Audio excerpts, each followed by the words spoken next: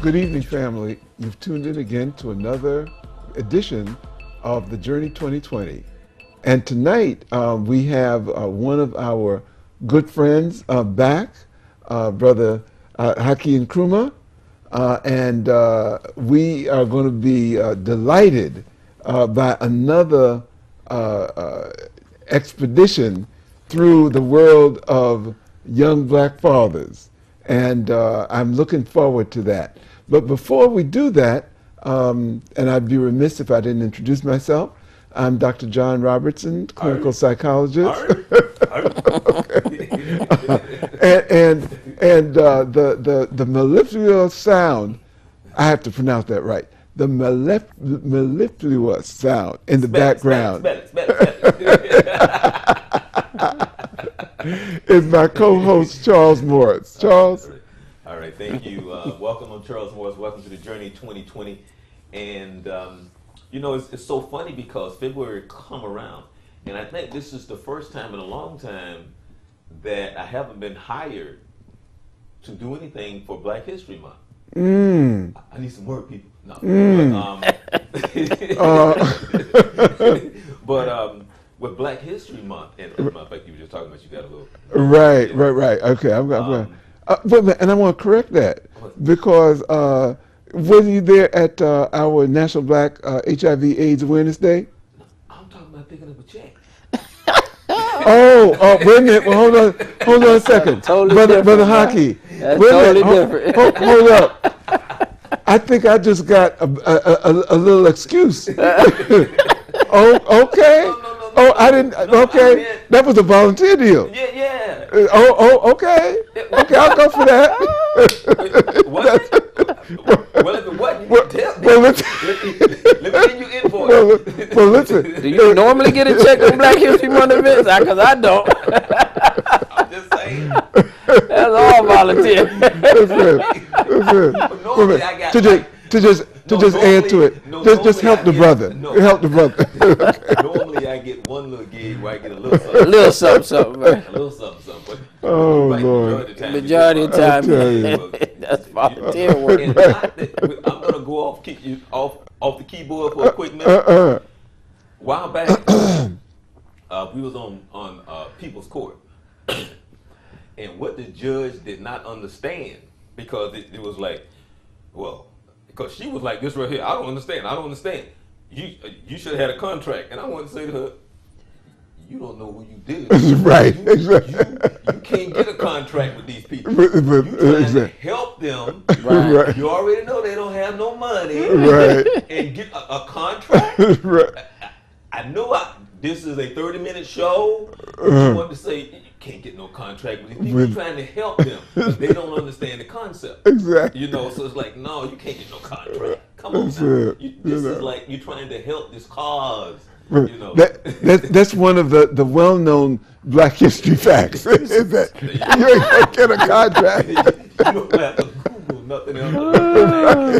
Exactly. But anyway, welcome to the Journey 2020. And I have to keep you come out tonight because in the last meeting, this was the last meeting of the 6 weeks. And what is always an attention getter is that you just have to push a little button, just a little button, and then the passion come out. Oh yeah. Okay, about our young fathers when it comes to him.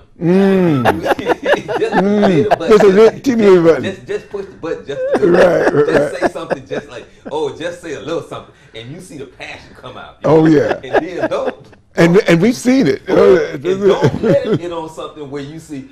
Let me tell you what because some of the stuff that you deal with, and you, of course, we all know with young people, and sometimes you just look like this right here, you'd be like, okay, because you was young once. That's it. Back in ancient days. Right, but then sometimes you try to put yourself at that place, at that time, at that age, what would you do? And you just look and go, because you like to think that you was never that naive in a sense. I put it nicely. Because some of the stuff that you do and you start to understand the challenges that they face and not having the role model. not Right. having that father figure, dealing with all the other madness. And we're going to switch it up a little bit. I'm going to a funeral tomorrow for my high school coach. Now, the older I get, the more I appreciate him and the guy who they had at my high school. Right. My high school was like no other in the world. It was Wow. so different and jacked up. Okay. These two guys was placed there for a reason. Because a lot of people can't deal with what they had to deal with the love and the patience and the understanding of their purpose. You know, you can be there to try to. It's not easy dealing with these what I call the inner city kids in that neighborhood. Right. Because I just spoke to a friend who I grew up with, who I hadn't talked to in years, and then he was telling me some of the stuff that he went through, and I'm like, Lord. And I always say, if you don't get out of that neighborhood, it will get the best of you. By far. Yeah. It will get the best of you. And I've seen it. I've seen what it did to my sister who was, and she ended up on the crack and ended up getting shot by a boyfriend and killed and all this and all. It's crazy, but that's, to us, it's a normal place to live. Just like you're trying to help the people on the people court. That's just normal. You don't, Right. You don't understand why you can't get a contract. But for us, in dealing with who we dealing with, we try to do what we do. Absolutely. And so with Haki, he understands. And when they look at him, and he's going, well, they don't deal with them until they're 27. That's way too late. Exactly. That's way too late. So we're going to turn it over to you, Dr. Robinson, again. Oh, actually, I'm going to turn it over to Haki because, as you said, you know, just that point that you were making, Charles, about they're not dealing, you know, with these young men until 27. One of the things that before we turned on the cameras, I said to Haki, I said, that's much too late, you know, and Haki, just go back a little bit as you were talking about what reaction you got when. Well, first, okay. You have to tell us who you are and then what Young Fathers of Central Florida is. Very true. Because there's a lot of people who have no idea, maybe watching for the first time. Well, my name is Haki Nkrumah, and I'm the founder and president of Young Fathers of Central Florida, which is a nonprofit organization, 501c3. We presently have 7 programs. People often ask me, tell me about your program, and I ask them, well, which one? And because they don't know that we're an organization. We were founded in 2006. I founded the organization in 2006, so we're in our 9th year. Okay, congratulations. So we have a dad-to-dad mentoring program where we match a younger father with an older father for a 1-year commitment. We have a Teen Fatherhood Academy, which is a 6-month program for fathers between the age of 14 and 19. We have father support groups that we have throughout the state, numerous cities throughout the state of Florida. We have a parent training program where we provide training to fathers. When we first started that, we only invited fathers in, but now we invite mothers in as well. Great. And then we have our Gents to Gentlemen program, which is a character and etiquette development program for 9 to 13-year-old boys. So we get them a little bit younger before they come fathers. Most recently, we started our Fatherhood Institute at Bethune-Cookman University. And now we're in discussions to have the institute at Embry-Riddle University in Daytona. And then we have our fatherhood and young fatherhood initiative in the city of Orlando. We partner with the Family Parks and Recreation. So we actually have 7 programs. And then we do a lot of other programming that's now national, such as our conference that we have. We hold a national teen and young fatherhood conference.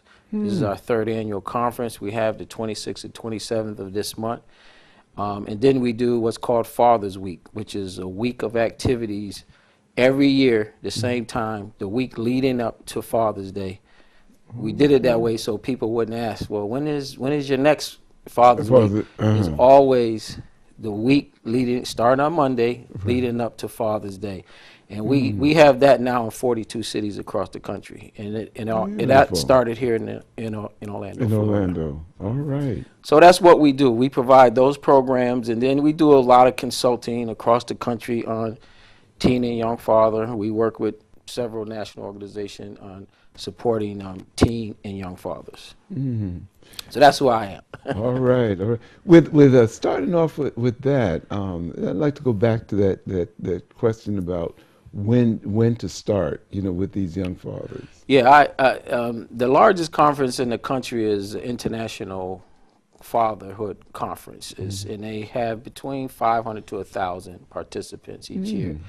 One year I did an unofficial survey, and I wanted to know at what age, since these organizations came from across the country, I wanted to know at what age do they begin engaging fathers. And not to my surprise, but to a lot of people's surprise, the average age was 27. And to me, because people ask me, why did I start the Teen and Young Fatherhood Conference and not just participate in the larger fatherhood conference? And I've done that for years, but I wanted the platform for teen and young fathers because to me, they're the most critical of all fathers. They're the most isolated, they're the most uneducated, they're the most misguided group of parents that we have. So, and inexperienced. Yeah, and so we needed to reach these men well before 27. But they're the most difficult to deal with. Their view that is different. Our society, I was speaking with someone today, and I said to her, I said that it's almost as though we have a hidden feeling of anger and disappointment towards our young fathers. Like their disappointment, we're angry with them, as though they're all perpetrators, they're all sexual deviants, need no support. When you look at the programs that support teen and young fathers, you wonder, how can I have the only 501c3 nonprofit in the state of Florida that supports teen and young fathers? Fascinating. How is that even possible? Yeah. But that's a reality. And I just think we look at young fathers as though they don't need help. We don't want to help them. My first book was titled Young Fathers the Forgotten.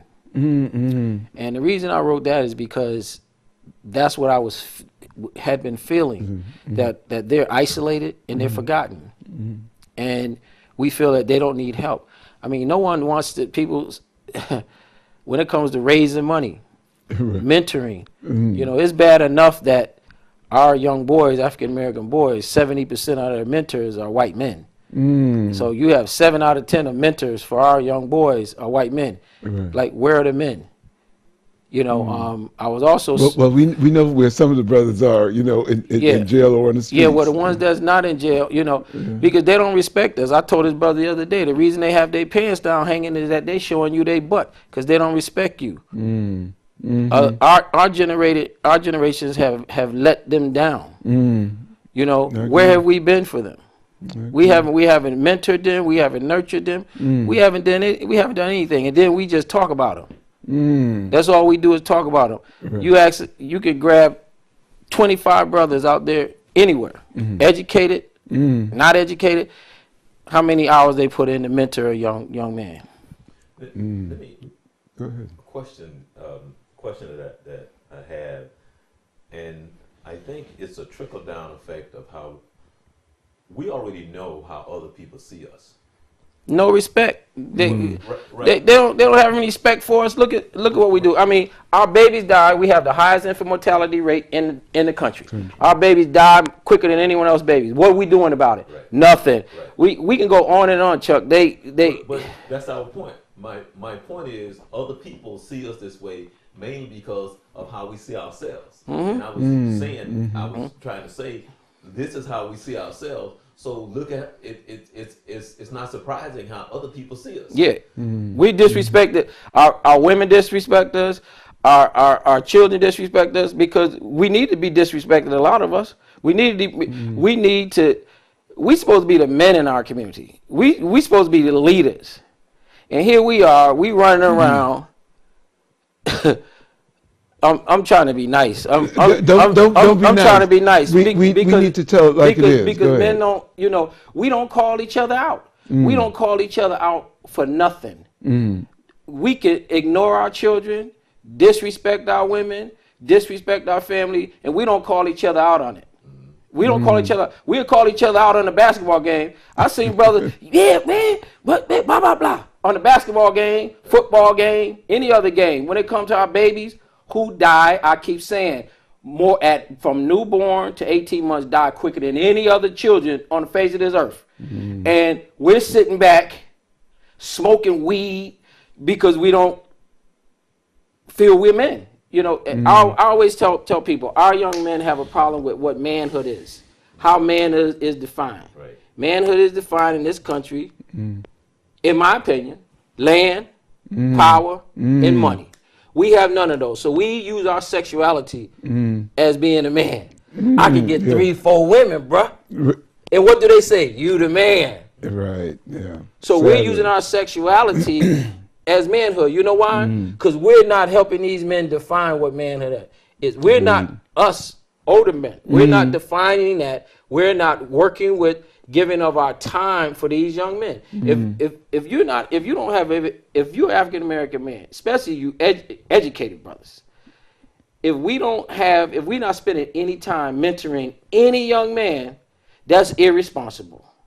Okay. That's irresponsible. If you're not doing anything to help someone other than yourself, that's irresponsible. Work with organization. Look, Chuck comes to our fatherhood groups. He's taking his time to come and give his experience. He don't have to come. Exactly. Yeah. He don't have to do this show. He don't have to do all the things that he do. But why did he? And he don't even have children.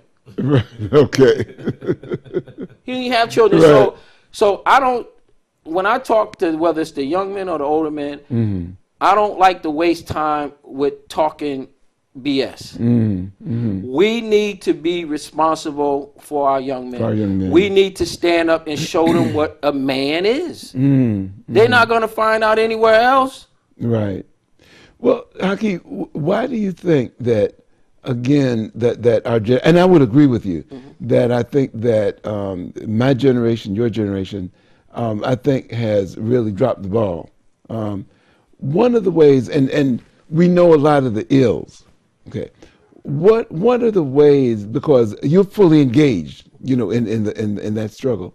What are some of the ways that we can encourage our own men, let's say my generation, your generation, to get more involved? Right. I think one of the reasons why a lot of men don't get involved, because a lot of them grew up impoverished. They didn't have much money. Now they had the opportunity to go to school, get educated. Now they have a little something. So they feel like, I made it. I don't need to help anyone. I'm trying to help myself. And then they say, well, all I'm worried about is my family. It's hard enough to help my family. Okay. Well, if everyone had said that through our history, we'd be in trouble. Yeah, absolutely. Because Martin Luther King had a family, right? Yeah, exactly. Rosa Parks had a family. We can go on and on and on. Malcolm X, everyone had a family. Right. But they did more. So I'm just saying that a lot of the guys, our men, they are comfortable in where they are. And they don't feel there's a need. And some of them feel like, well, there's nothing I can do. Because you know why? They wasn't in the street in the 60s with water holes on them, getting bitten by dogs. They didn't go through that. Right, okay. You know, they didn't go through all that. So they see now like, hey, I got my nice house. I got my nice whip. Oh, okay. Okay. Where did that come from? Damn car's a whip now. Right. You know, I got rims on it, like Chris Rock said, it's spinning and spinning. And they don't see a responsibility to our other men. But what we can do is that I encourage men all the time to take some time. I tell guys that want to play golf with me, it take, you know, those play golf is 4 hours. Right. If you can play. If you can't play, it might be 5 hours. Okay. So why would I go out on a golf course with you for 5 hours and you can't mentor a young man for 5 hours a month? A month. Good point. A month. So we need to begin by taking of our time and taking of our money. Okay. I mean, my organization, women have donated more money than 10 times more than men. Wow. 10 times women have donated to our organization than men. Now that you know, audience should not be happening. As we're talking about young men and young fathers to have women be the main contributors. I have more volunteers Okay. in my organization. I have more women volunteers than I have men. But you already said it, the 70%. But Of mentoring, yes, absolutely. The White men, Oh, white men, 70% right. of right, but African American children are mentored by white men. yeah, so that goes back to how we see ourselves, and again, the value that we placed on who we are and how we see ourselves. Now, you might The be lack able of to- value. but you might be able to speak from the clinical part, from the slavery or whatever that is about that whole little thing. I got a little piece of the crumb. Now I got my little piece of the crumb. Right. So I got to hold on to it, whatever that's about. What really happens to us when we do find ourselves being somewhat, successful, it's almost like we have forgotten about the struggle. And it's almost like, oh my God, I got this little piece, so I'm so afraid that I'm going to lose it, that you're so insecure. So whatever that is, so They're gonna be in chains in a minute. Well, one of the things that, and I'm glad, Charles, that you raised that point, and that is this month is Black History Month, and we start out kind of joking about it. One of the things that we often get caught up in is that we don't know our own history. true. We don't know. We hear about, Martin Luther King. We hear about Rosa Parks, etc.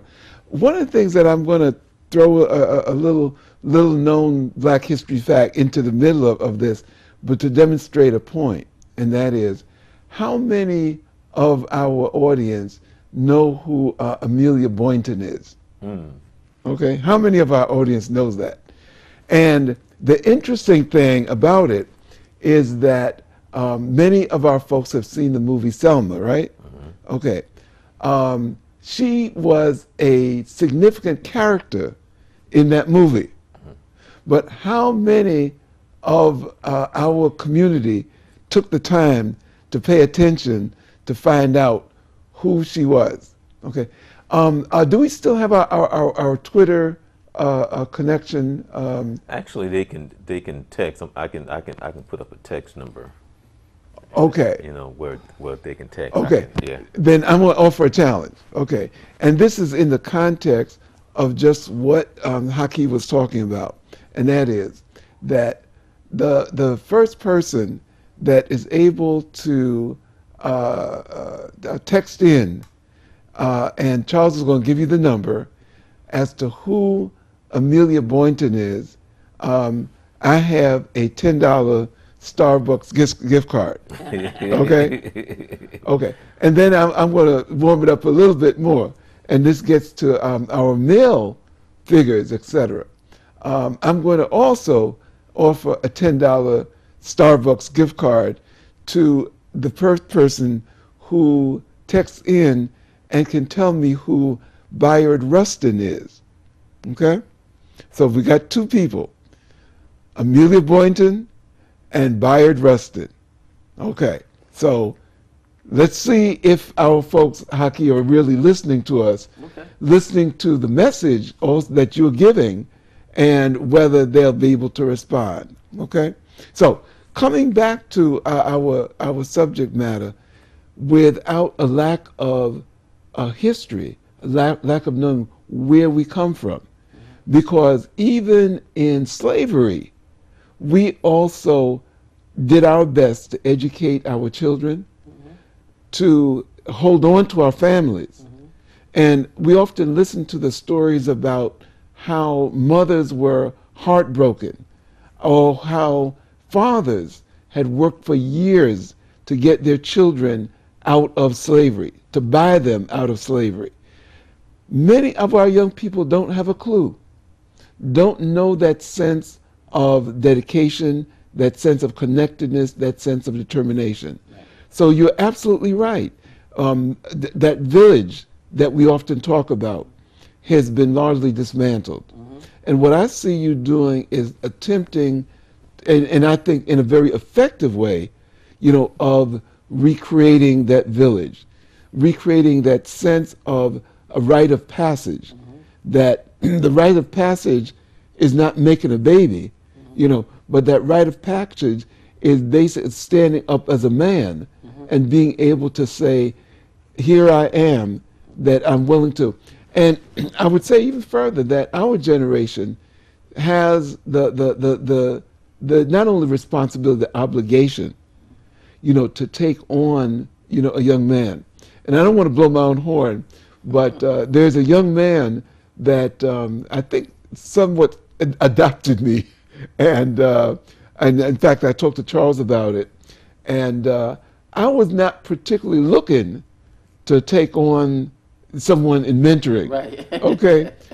And this young man, there was something about him that I said, this is somebody that needs, a man in his life, because he was, his mother had died, his father was nowhere to be found, his grandmother, who was 70 some odd years old, was trying her best to raise him. And the only person that he had that tried their best to mentor him was an aunt. But the aunt lived in Houston, Texas. And so she'd be here for a little bit, etc. So with this young man now, I've taken him on, and he tells me that he's the baddest thing on the basketball court. Okay. And so I've been trying to get him into one of the leagues so that he can get a little reality placed on him. But the thing that was amazing about him, and I think that also attracted me to him, was that he also saw his schooling as critical. And the last that I met him this week, I had to really cheer him up, because he said, I didn't do as well as I wanted to. And I thought he was going to tell me he'd gotten Fs and whatnot. He said, I dropped from an A to a B in a couple classes, and I dropped from a B to a C in another class. And so I had to hold my best and say, but you're doing better than probably most of your peers are doing, and seeing the importance of getting that education. So, but that is one young man. And so, I give you a lot of kudos in taking on groups of young men, to give them that nurturance, to give them that sense of direction, to give them that sense of need for discipline that is there, that often they've not gotten from the circumstances in which they are. So with that, I'd like to kind of get back to some of the what has motivated you to continue this battle, to continue this fight. It's survival. Okay. To me, it's survival. And if we can't see that, when we look at our legal system, how we can look at our prisons, how you have entire communities across the country who the majority of the people that live within their community work at the prison. And when you see how these prisons are being filled by men, young African American men from the inner city, and minority men. So you have, if an entire community is being fed by the prison, they're gonna keep that prison filled. So, we call the prison system the new cotton. Okay.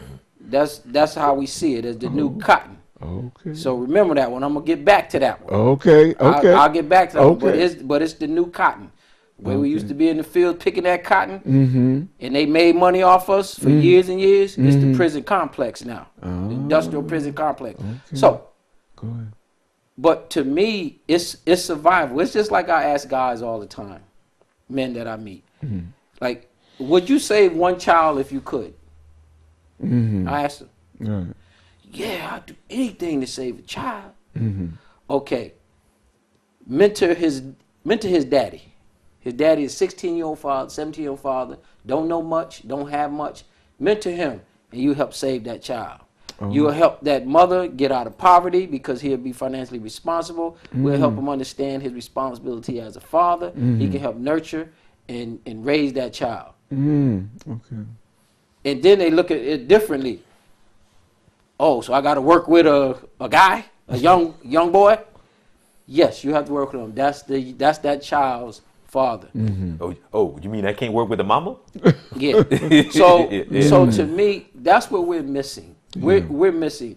We can sit it all day and the children are our future, you know, because it's Black History Month. We're going to say that. Exactly. And we're going to wait until next January, Martin Luther King Day. See, Martin Luther King Day, Black History Month. Children are our future. We love our children. The rest of the 10 months, we turn our back on them. Oh, right.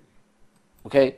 But once Black History Month, children are our future. We need to love and nurture our children. But ignore their father. Ignore the parent. Because we can't just kick them out. And we can't let them get out easy. Because a lot of them would be like, okay, treat me bad, disrespect me. That's my excuse not to take care of my child. No, we're not going to do that. You know, same way when I went to the prison in Coleman and I spoke at the Father's Day event there. I don't care if you have 100 years in prison, you still a father. Okay. When you went in, your daughter was 2. You've been here 10 years. Your daughter 12, right? She's still aging. That don't get you out of it because you're in prison. Okay. We need to help you find how to parent your child while you're here. In here. That's such an important point. Absolutely. You just mentioned earlier, one of you mentioned all our guys in jail or in prison. That don't stop them from being a father. There's nothing stop you from being a father. Nothing. Okay. Unless you're dead. Okay. And then you should have had some insurance or something. Right. I hate to say it, but but that's true. But there's nothing stops you from being a father. Your responsibility does not leave you. Someone asked me once, "What's the best form of birth control?" I said, "Responsible fatherhood." Okay. That's the best form of birth control. Responsible fatherhood, because once you see what it takes to be a responsible father, you won't run around town slinging like a dog. Okay. Right. You know. Right. You know, and because that's how we act. You know, we act like. Can I say ASS on this You show? can say anything you want to. Yeah. Okay. We are so ass. Right. I Okay. mean, is our women all just defined as ass? I mean, give me a break.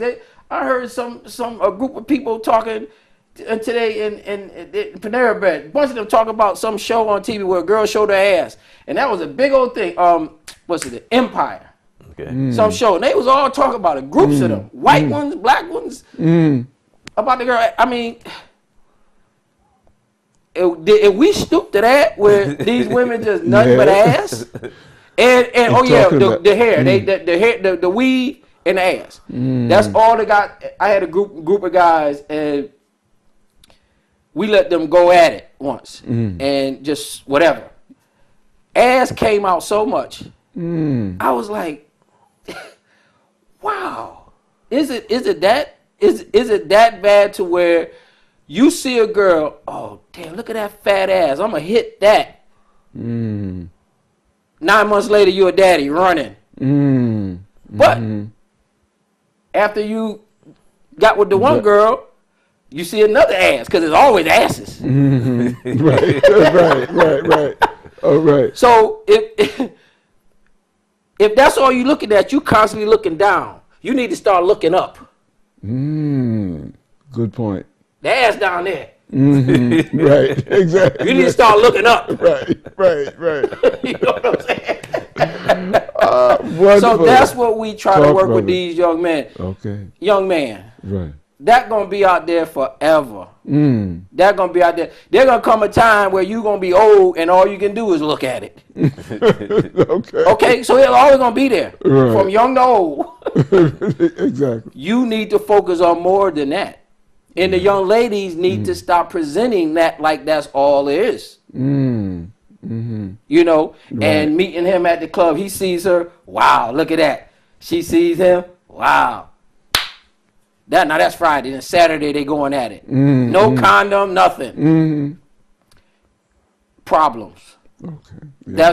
That's problems. But my passion comes in it where, because it's about the children for me, basically. Right. That's why we talk about children 12 months out of the year, not 2 months. Okay. That's basically what it is. We feel that our children need a fair chance.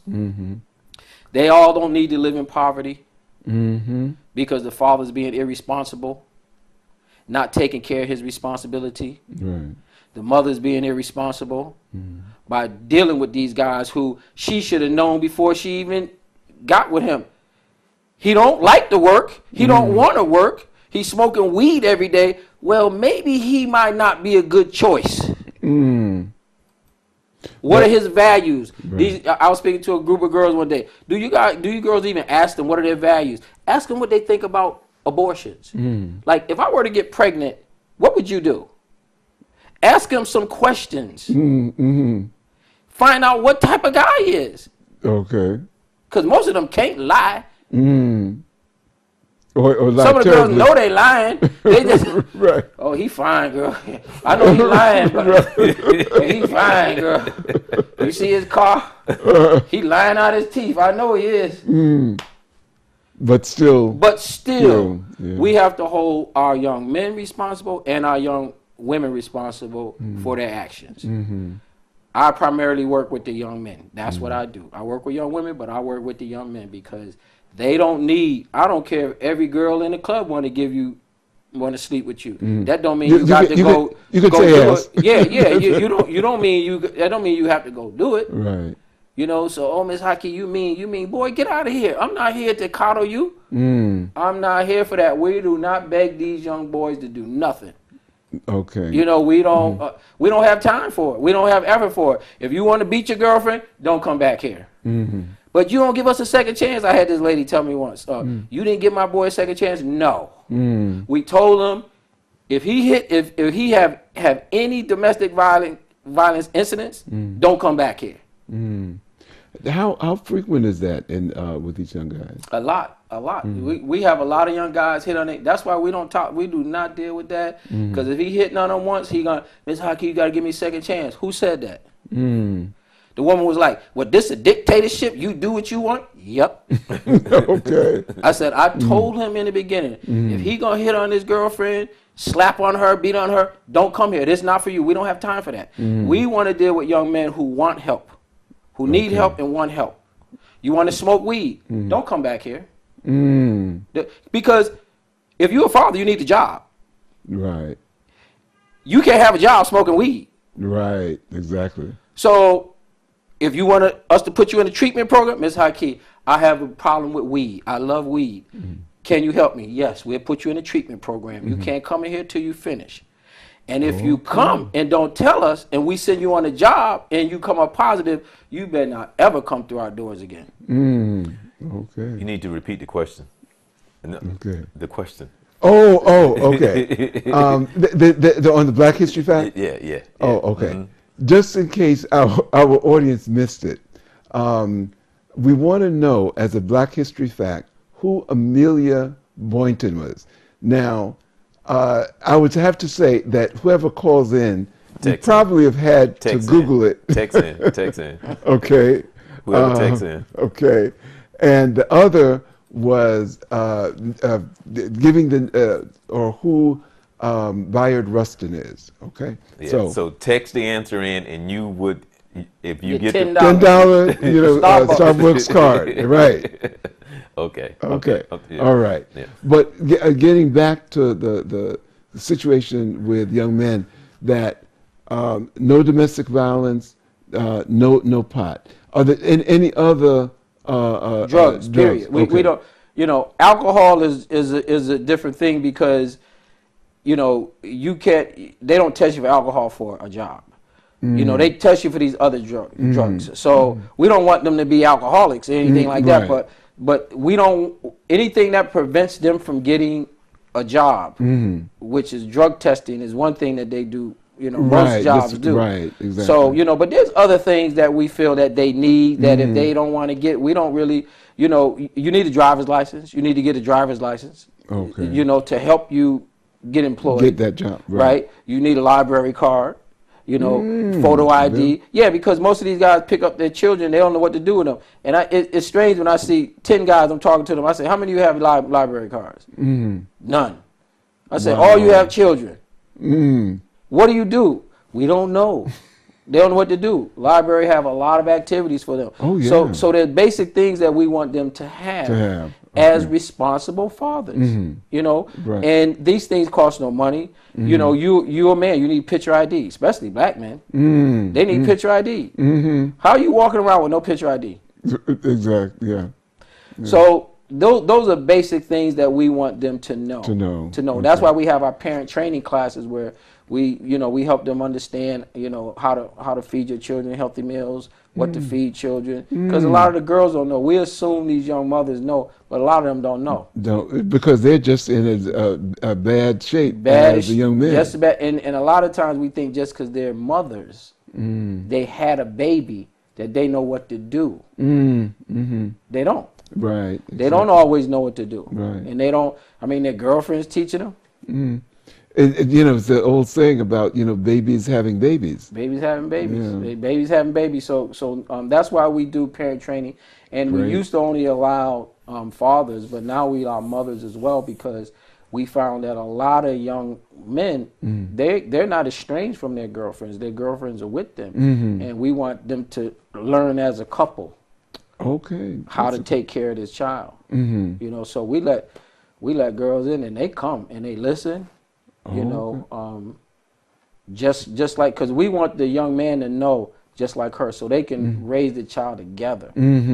Give our children a fighting chance. That's all we need. We need to give our children a fighting chance. And if we ignore either the mother or the father, that child is not in a position to take full advantage. Right. It reduces the it chances reduces their likelihood of being successful. And that's what we want as a community, as a village. Right. We shouldn't just look at our young people like them old dumb. Look at, they got pregnant. He got her pregnant, or she got him pregnant. She got pregnant. And why? Yeah. So what we're doing is dismissing their child. That's what we're doing. We're dismissing their child. Yeah. As soon as we start dismissing them, we're dismissing their child. And what happened to children in our future? Right. Not right now. That's why our community is in the shape that it is. That we haven't done what we've needed to do. And I think that's what we're losing sight of, is that we were in shackles. We already know how in our society that 1%, that gap is widening. Yeah. Okay. We can easily be in dire straits once again as a people. Even the educated ones. Oh yeah. Because I got a degree, I'm better. I got a little money, I'm better than them. I got a house, I'm better than them. They can take your house away like that. Exactly. Your bank account can be gone like that. Well, it's interesting that you said that if we again go back to history and learn from it, again, another movie, 12 Years a Slave. Okay. Yeah, perfect example. All right. Brother was doing pretty good. Married, talented, entrepreneurial. And what happened? Somebody said, "Oh, you just another N-word." Okay, and found himself, back found himself in slavery. Today, just as you were talking about the cotton, and I want you to talk about that a little bit more. Okay, I haven't forgotten that now. That it is so easy to, just as you said, have house taken away, have job taken away, have income taken away, etc. And then, where are we? Okay, so talk a little bit about the cotton. Yeah, we say that because when we talk about history, how people don't understand history, they don't understand what the Civil War was about. They don't understand what slavery was about. How it was all based on money. Slavery wasn't based on golf. Slavery wasn't based on cookies. Right. Slavery was based on money. And how this country was built on that cotton. Right. And a little tobacco and a few other things that they don't mention. Railroad and everything. Yeah. We don't understand how the industries are built on the back of people. Right. And the prison system, how, you know, we know about the drugs, we know about cocaine and crack, we know about the time that one gets for an ounce of crack as opposed to an ounce of cocaine, and Right. who's selling what. And we know that minority men were victimized the most, mainly because of their economic limitations, whether it's literacy or illiteracy, Right. and lack of opportunities and drugs. I mean, because crack took a whole generation out. Yeah. You know, we don't know the devastation. We don't realize the devastation of crack. So, being set up in a sense to fail, in saying that, okay, there was an article the other day. I forgot. I wanted to get the information before I got here. How this judge, they took him off the bench because he was sending so many people to a particular prison county. It was a particular county, and they took him off the bench because he was sending all these guys. Right. But the legal system and the prison system is in this together. Work hand in hand. Right. And they're filling our prisons with our men. And what they're doing is that, look at the furniture industry. The prison system is getting ready to take over the furniture industry, building the furniture. Oh yeah. They getting ready to take that over. So who's making all this furniture? Well, I can tell you, in New York, where I lived, you know, for many years, most of the state facilities, the civil services offices, from the state office building in Albany to the treatment centers to the civil service offices, etc., are all prison-made furniture. Wow. Okay. And just to think, when you privatize prisons, just listen to that. You privatizing them. So it's a business now. Right, yeah. And what is a business in business to do? It's been a business for a very long time. Yeah, it make money Make money, yeah. and grow. Right, How you gonna make money and grow? You need bodies. right. So let me hook up with the legal system who can get me those fresh bodies, bring them into my system. I can support all these communities across the Midwest and other places.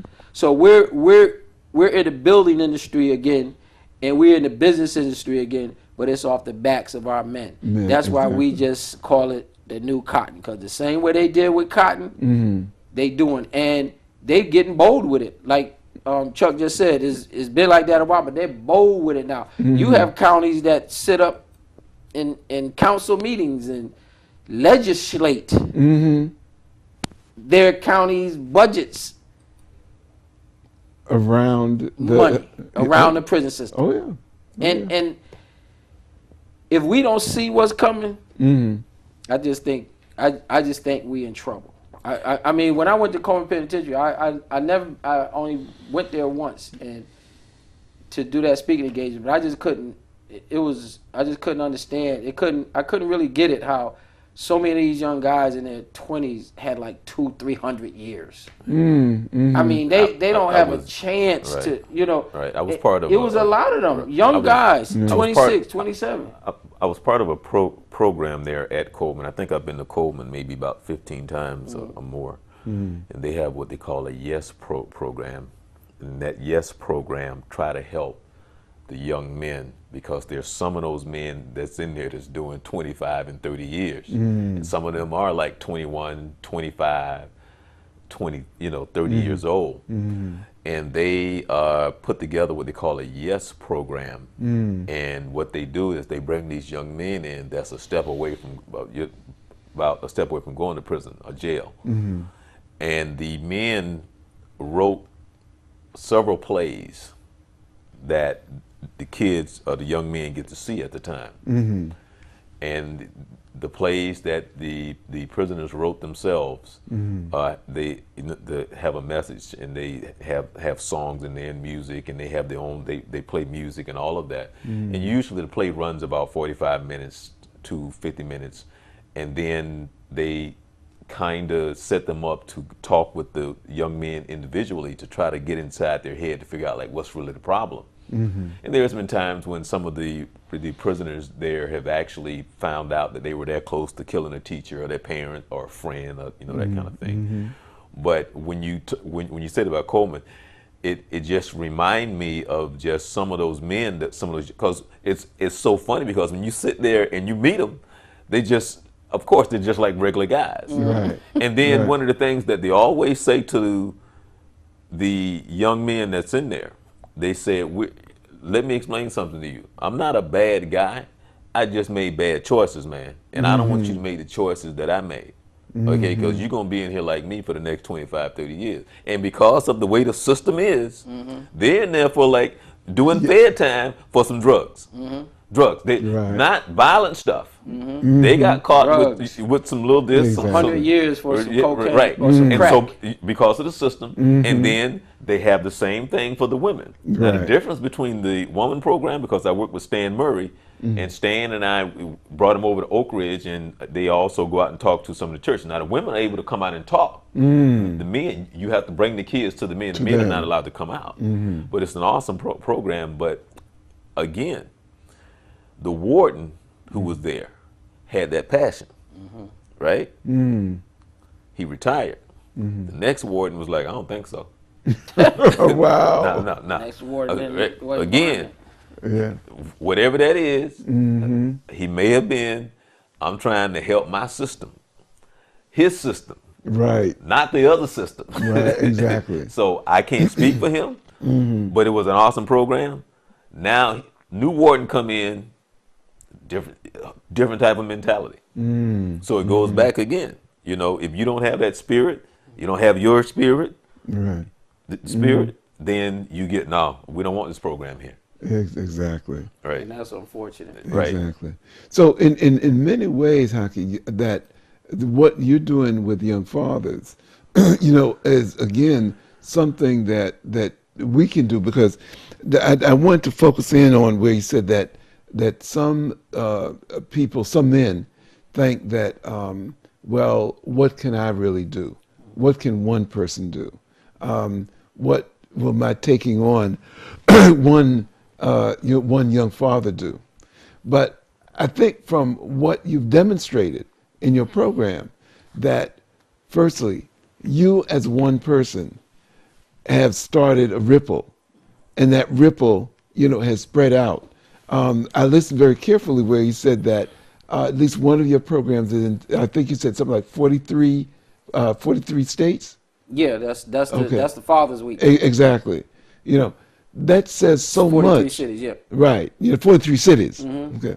The other thing is that when you talked about just taking the time with that 4 hours that could have been in golf, Right. okay, and having, just spending that time a month Right. with a young person Right. makes a difference. Right. That's why I look at when guys think like that. Well, what can one person do? That's why I always ask them, if you can help and save one child, would you do it?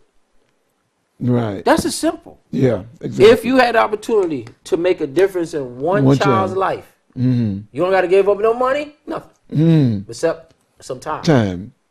That's all I Okay. ask them.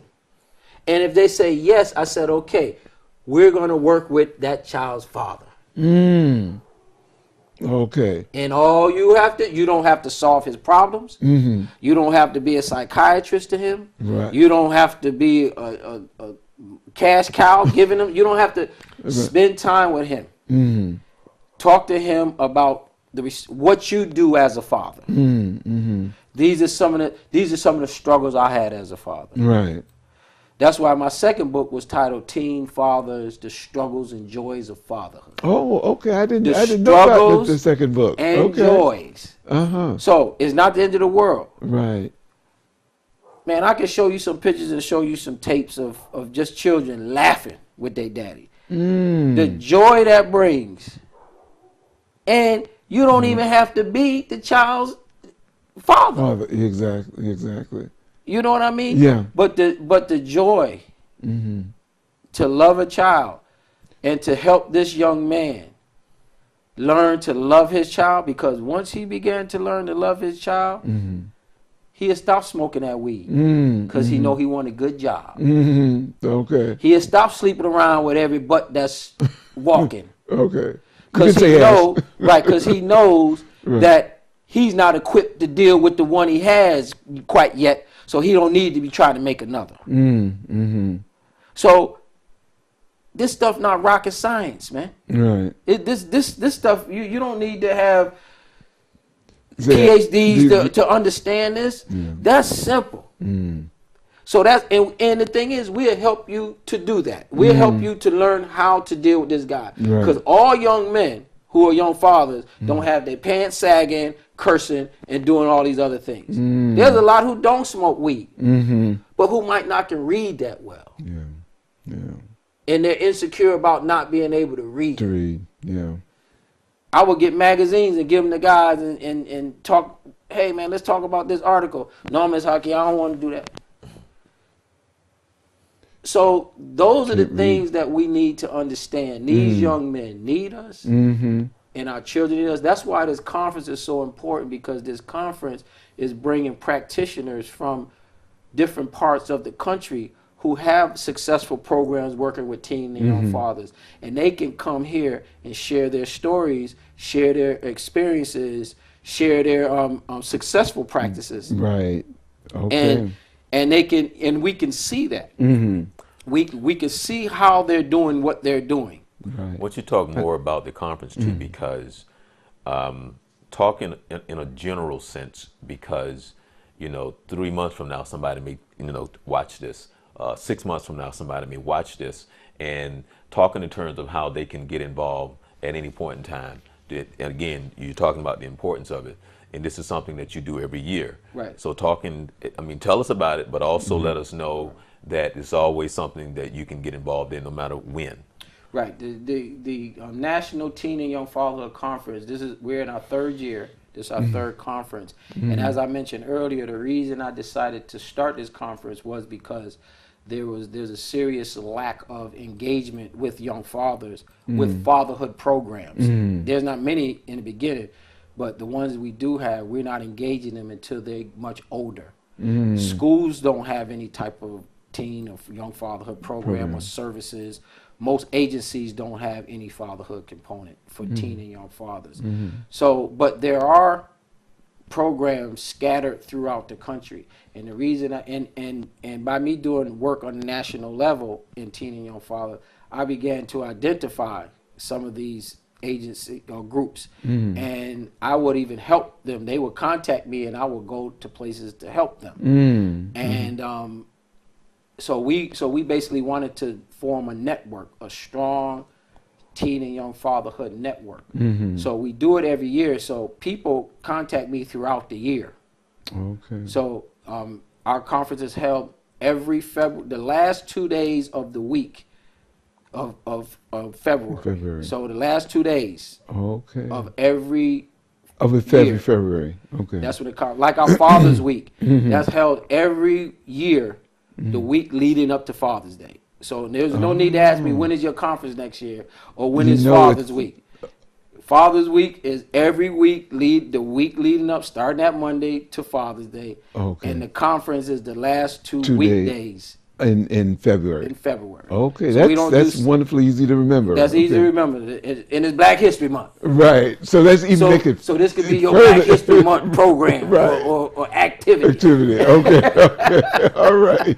Because we do something then Black History Month. Right. We got to do something Black History Month. And Martin Luther King Day. But other than that, right. People go to sleep. Right. Don't bother me. Right. Don't bother me. But the conference is a 2-day conference. We have speakers. We try to make it innovative. We have speed networking. Because the another purpose, for me doing this is that when I would go to conference across the country, I would go to conferences, 100, 200 people, and you have some people that might speak to only 5 people the whole time. Right, yeah. And you don't even know who they are. You don't know who people are. But our conference, everybody that attends that conference, you're going to know their name, where they're from, and what they do. Okay. Because in the beginning, we introduce everyone. We have a speed networking session. And then at the end of each day, we have an open mic where you can come up no matter who you are and talk about what you learned today, what was most meaningful to you, and what you wanted to learn before you leave. Fantastic. Or if you have questions. Okay. So that's why we want it interactive. Because see, some people are extrovert. Like us three, we'll go somewhere and we'll talk. And I tell all of them, I say, okay, the end of the conference, I say, okay, who all brought business cards with you? People raise their hands. I say, how many of you have left? And they'll tell me. I said, well, walk around the room right now for the next 15 minutes. Come back to your seat and all your cards need to be gone. Oh, gone.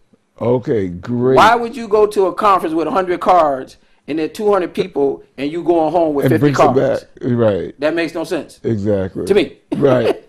That's why I wanted this conference to be interactive. Okay. Learn something, give something. There's people that come from different parts of the country.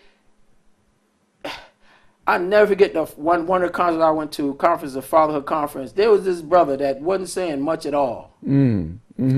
And there was a young lady, she was kind of heavy set lady, she didn't have any weave in her hair. She didn't have a lot of makeup on. She was heavy, she didn't have on any revealing clothes.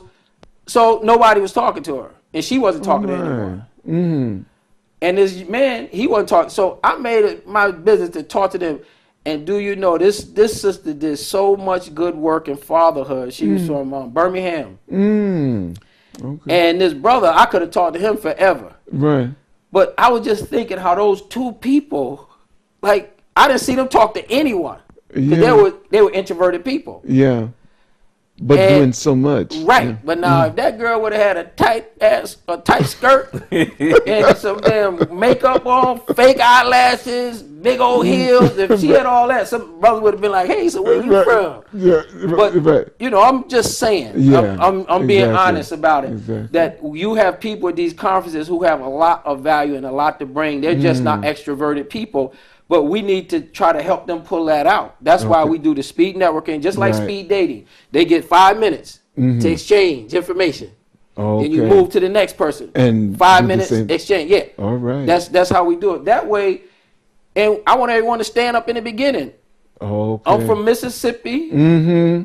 I've been working in fatherhood for 10 years. Right. I run a team program working with youth or whatever. But everybody in the conference is going to see that person. Right. They know who they are. And they know, okay, I'm going to talk to her. I want to talk to her because she got a program like mine. Or he has a program like mine. Okay. And we have women too. We have, out of the 8 workshops, half are women, half men.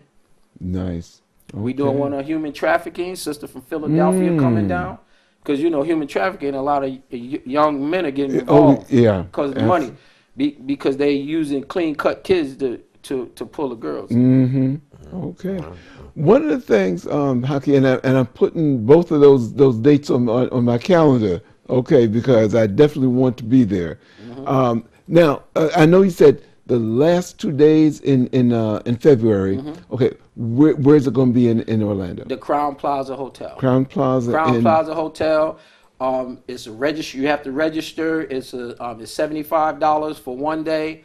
$125 for 2 days, which is the most inexpensive conference in this country for fatherhood. Great. And that you get everything. You get the lunch, the breakfast, all the materials, the workshops, the speakers. You get all that. So I wanted to keep it very low because I went to a father conference last year. It cost me $450. Yeah, I know. Most of the conferences and they now. barely gave you anything. They gave you some water in the morning and some bread in the afternoon. I hear you. And then they gave us a Kmart bag full of a bunch of coupons. I love it. I didn't say who it was, but no, we didn't want people to look at it like money, like Right, yeah. because people see, oh, $125. People Yeah. keep saying. Then they start looking at it. Well, is it a good conference? I said, Right. So you want to be yeah, because accessible. they said, is it a good? Is it $125? Right. Is it good? Right. Exactly. I said, yes, it's good. Well, they want to say why it's so cheap. Right. Exactly. Exactly. I said, because we want you to be able to come and, And not gain really the be knowledge. concerned without money. And hopefully, if you from out of the state, out of state, especially up north somewhere, you can enjoy the weather and maybe go spend some money at a local restaurant or something. Well, family, we're going to have to, unfortunately, pull it, to a close now. But as Haki says, that, and I know we got some folks up north that are listening. So come on down. The last 2 days in February, the temperatures, we get into the 70s in the daytime, and again, you got the price of the conference.